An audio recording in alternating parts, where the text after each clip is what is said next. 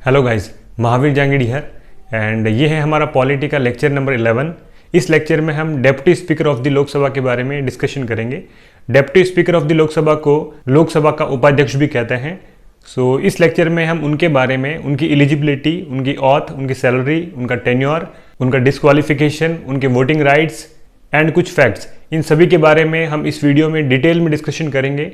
तो आप मेरे इस वीडियो को एंड तक देखिए एंड आई होप कि इस वीडियो को देखने के बाद में deputy speaker of the Lok Sabha को लेकर के जितने भी आपके दिमाग में डाउट हैं वो सारे डाउट्स यहाँ पे क्लियर हो जाएंगे। चलिए स्टार्ट करते हैं। तो ये है हमारा पॉलिटी का लेक्चर नंबर 11। इस लेक्चर में हम deputy speaker of the Lok Sabha के बारे में डिस्कशन करेंगे। Deputy speaker of the Lok Sabha को हिंदी में लोकसभा का उपाध्यक्ष भी कहते हैं गाइस, ठीक है।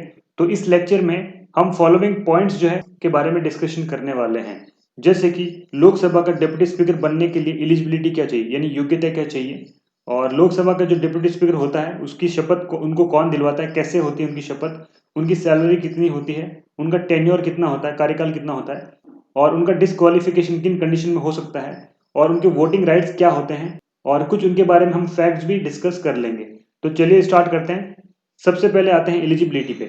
तो एलिजिबिलिटी पे फर्स्ट वाला पॉइंट रीड कीजिए guys, same as the Lok Sabha members, ठीक है। यानी हमारा जो लोकसभा का लेक्चर हुआ था उस लेक्चर में हमने एलिजिबिलिटी के बारे में डिस्कशन किया था, वो स्लाइड मैंने यहाँ पे ये ऐड कर दी है। तो उस लेक्चर में हमने डिफरेंट डिफरेंट कंडीशन के बारे में मेंशन किया था, तो वो एक बार फिर से देख लेते हैं। देखिए यहाँ पर क्या है कि वो इंडियन सिटीजन होना चाहिए, यानी भारत का नागरिक होना चाहिए, 25 ईयर्स की एज पूर्ण कर चुका हो या इससे ज्यादा उम्र का हो, और वोटर होना चाहिए किसी पार्लियामेंट्री कॉन्स्टिट्यूएंसी का, यानी वह भारत में किसी निर्वाचन क्षेत्र का वोटर होना चाहिए, और ये इलेक्शन कमीशन द्वारा बताए गए व्यक्ति के सामने शपथ लेने के लिए राजी हो, विलिंग हो। और फिफ्थ कंडीशन ये है कि वह 25,000 रुपीज उसको सिक्योरिटी डिपॉजिट जमा करने पड़ेंगे, तभी जाकर के वो जो है लोकसभा के चुनाव के लिए क्वालिफाई होगा। और अब देखिए, जैसे कोई नॉर्मल मेंबर है, नॉर्मल कोई व्यक्ति है, उसको लोकसभा का मेंबर बनना है, ठीक, यहां से ये वाला प्रोसेस। तो इसके लिए सारी कंडीशन ये हमने जो ऊपर पढ़ी, ये वाली सारी कंडीशन उसको फुलफिल करनी पड़ेगी। अब लोकसभा के जो मेंबर बनते हैं बहुत सारे बनते हैं, ठीक है। यहाँ पे टोटल उनके मेंबर की संख्या जो अगर हम बात करें तो होती है 545। अब लोकसभा के मेंबर बनने के बाद में अब इनकी बारी आती है डेप्यूटी स्पीकर बनने के लिए। तो जैसे कि हमने पिछले लेक्चर में मेंशन किया कि स्पीकर जो है वो प्रिसाइडिंग ऑफिसर होता है, वो सारी लोकसभा को चलाता है अपने हिसाब से। तो इनकी गैर हाजिरी में जो लोकसभा को चलाने वाला दूसरा पर्सन है वो होता है लोकसभा का डेप्यूटी स्पीकर। वो हालांकि नॉर्मल डेज में यहीं पर ही बैठेगा, जो बाकी मेंबर्स बैठते हैं उन्हीं के साथ में ही बैठेंगे, ठीक है। लेकिन जब ये स्पीकर एब्सेंट होगा तब ये जाकर के इस स्पीकर की जो है यहाँ पे सीट संभाल लेंगे, ठीक, ये इनका काम होता है। तो फर्स्ट वाली कंडीशन आप समझ गए होंगे कि same as the Lok Sabha members, जो कि हमने यहाँ पे ये रीड कर लिया अभी। अब आते हैं सेकंड कंडीशन पे। सेकंड कंडीशन के अनुसार लोकसभा का डिप्टी स्पीकर है, कभी भी जो है लोकसभा के मेंबर्स में से ही चुना जाएगा, ठीक है। यहाँ पे ऐसा नहीं कोई बाहर का पर्सन आकर के लोकसभा का डिप्टी स्पीकर बन जाए, ऐसा नहीं। जो लोकसभा के जो मेंबर्स आए हैं 545, इन्हीं में से ये लोकसभा का डेप्यूटी स्पीकर चुना जाएगा। थर्ड कंडीशन, इन्हें चुनने के लिए सिंपल मेजोरिटी चाहिए होती है, ठीक है। सिंपल मेजोरिटी, अगर आपको मेजोरिटी के बारे में आइडिया नहीं है तो ये मेरा सेकंड लेक्चर में मैंने मेजोरिटी के बारे में और उसके डिफरेंट डिफरेंट टाइप्स के बारे में मेंशन कर रखा है। आप एक बार ये मेजोरिटी का लेक्चर आप देख लीजिए। तो इससे क्या होगा कि हम जितने भी आगे लेक्चर पढ़ेंगे वहां पे कभी मैं मेंशन करूंगा सिंपल मेजोरिटी, कभी एब्सोल्यूट मेजोरिटी, कभी स्पेशल मेजोरिटी, तो वो सारे कंसेप्ट आपके क्लियर हो जाएंगे, ठीक है।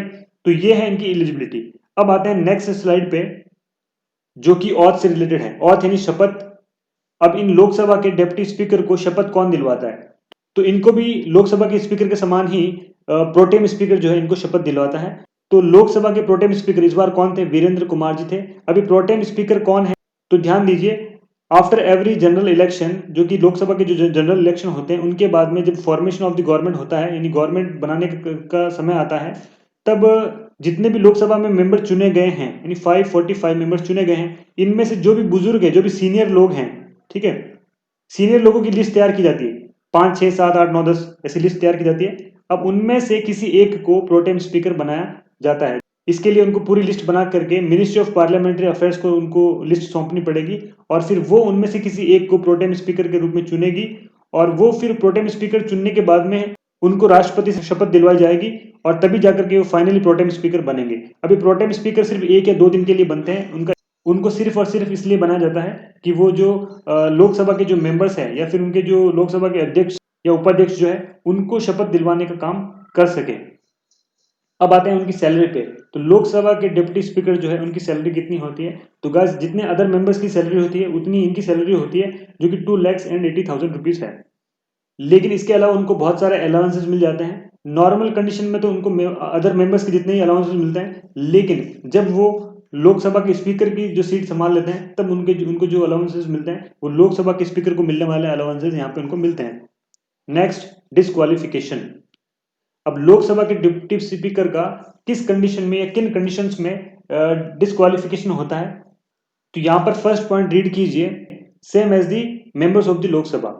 यानी लोकसभा के मेंबर में जहां हमने लोकसभा के लिए डिस्क्वालिफिकेशन के बारे में डिस्कशन किया था, सेम वही कंडीशन यहाँ पर है। तो वो मैंने स्लाइड यहाँ पे ऐड कर दी, यहाँ पे आप देख सकते हैं। तो नंबर 1 जो थी 5 ईयर्स तक तो वो बने रहेंगे, ठीक है। ये रिजाइन वाला यहाँ पे फिर से आपको छोड़ना पड़ेगा, मैं इसके लिए अलग से मैंने यहाँ पे पॉइंट दे रखा है ये वाला। और नेक्स्ट कंडीशन होगी कि अगर वो सिटीजन नहीं रहते इंडिया के, ना वो किसी दूसरे कंट्री के सिटीजन बन जाएंगे, वहां के नागरिक बन जाएंगे, तो उनकी सीट ऑटोमेटिकली यहाँ से खाली हो जाएगी। या फिर वो अनसाउंड माइंड हो, यानी विकृत चित्त हो, किसी के बारे में कुछ भी बोल देते हो, तो भी उनसे वहां की लोकसभा के डिप्टी स्पीकर की सीट खाली करवा ली जाएगी। और on the grounds of defection भी उनके ऊपर लागू होता है। और उसके अलावा उनको अगर 2 साल की जेल हो जाए या फिर सोशल क्राइम्स में लिप्त पाए गए तो भी उनको राज्यसभा के डिप्टी स्पीकर की सीट छोड़नी पड़ेगी। अब ये सोशल क्राइम्स क्या होते हैं? जैसे अनटचेबिलिटी, छुआछूत, डोवर यानी दहेज प्रथा, और सती प्रैक्टिस यानी कि हस्बैंड के मरने के बाद में जब एक औरत उनकी चिता के साथ में जल मरती है तो उसे कहते हैं सती प्रैक्टिस। तो उसको भी अगर बढ़ावा देता है कोई पर्सन, उनकी सीट खाली हो जाएगी। अब आते हैं नेक्स्ट पॉइंट, इफ ही और she is no longer a member of the house. यानी हमने जितनी भी कंडीशन पढ़ी है अभी, उसके अलावा अगर लोकसभा का मेंबर ही नहीं रहते तो ऑटोमेटिकली उनकी जो है सीट खाली हो जाएगी। क्योंकि हमने क्वालिफिकेशन के टाइम में पढ़ा था कि वो लोकसभा के मेंबर्स में से ही चुने जाते हैं, और अगर यहाँ पे लोकसभा का मेंबर नहीं रहेंगे तो ऑटोमेटिकली इनकी सीट खाली हो जाएगी। नेक्स्ट, थर्ड पॉइंट, देखिए 5 ईयर्स तक तो ये रहते हैं, लेकिन इन बिटवीन उन्हें कुछ प्रॉब्लम होती है, उन्हें कुछ दिक्कत होती है, तो अपना रिजाइन भी दे सकते हैं। अभी अपना रिजाइन किसको देंगे? Speaker of the Lok Sabha.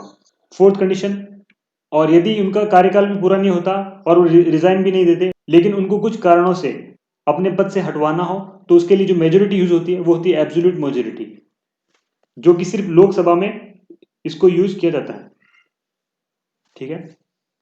Next, voting rights, मतदान का अधिकार।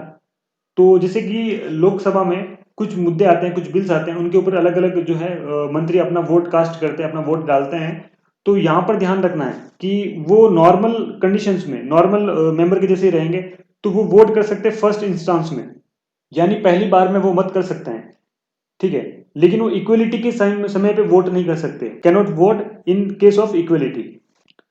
तो यहाँ पे जैसे हमने लोकसभा के स्पीकर के बारे में पढ़ा था, उनमें क्या था, उनमें वो यहाँ पे फर्स्ट कंडीशन में वोट नहीं कर पाते थे, लेकिन सेकंड कंडीशन में करते थे, लेकिन यहाँ पे उसका उल्टा है। Next, facts. फैक्ट्स गाइज बहुत इंपॉर्टेंट होते हैं और यहाँ से अक्सर क्वेश्चन बनने के चांसेस रहते हैं। तो यहाँ पे आप देखिए first point, first deputy speaker of the Lok Sabha. Lok Sabha का प्रथम उपाध्यक्ष कौन रहे? तो ये है M.A. Ayyangar. Second point, at present में जो लोकसभा, जो कि 17th लोकसभा है, उसके उपाध्यक्ष कौन है, यानी उसके डेप्टी चेयरमैन कौन है?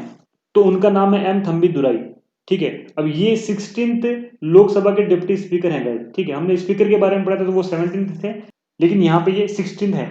क्यों है ऐसा? क्योंकि कभी कभी क्या होता है कि किसी एक ही पर्सन को 2 बार लोकसभा का डिप्टी स्पीकर बना दिया जाता है। और यहाँ पे फर्स्ट वुमेन डिप्टी स्पीकर कौन रही है? तो गाइस ध्यान रखना है, ऐसी अभी तक फिलहाल कोई फर्स्ट डिप्टी स्पीकर नहीं बनी है लोकसभा में वुमेन में। एंड फोर्थ पॉइंट, जैसे कि हमने पहले भी समझा था कि लोग स्पीकर अगर अब्सेंट होते हैं तो उनकी गैर हाजिरी में उनका जो लोकसभा का जो हाउस है उसको कौन प्रिसाइड करेगा? लोकसभा के डिप्टी स्पीकर। फिफ्थ पॉइंट यहाँ पर यह है कि ये लोकसभा के जो डिप्टी स्पीकर होते हैं, ये कभी भी गाइस ध्यान रखना कि ये अपोजिशन पार्टी से होंगे, ठीक है। ये कब से ऐड किया गया? ये 11th लोकसभा इलेक्शन के बाद में इसे ऐड किया गया। So that's all for today, and if you like my videos, please like, share and subscribe. Thank you very much.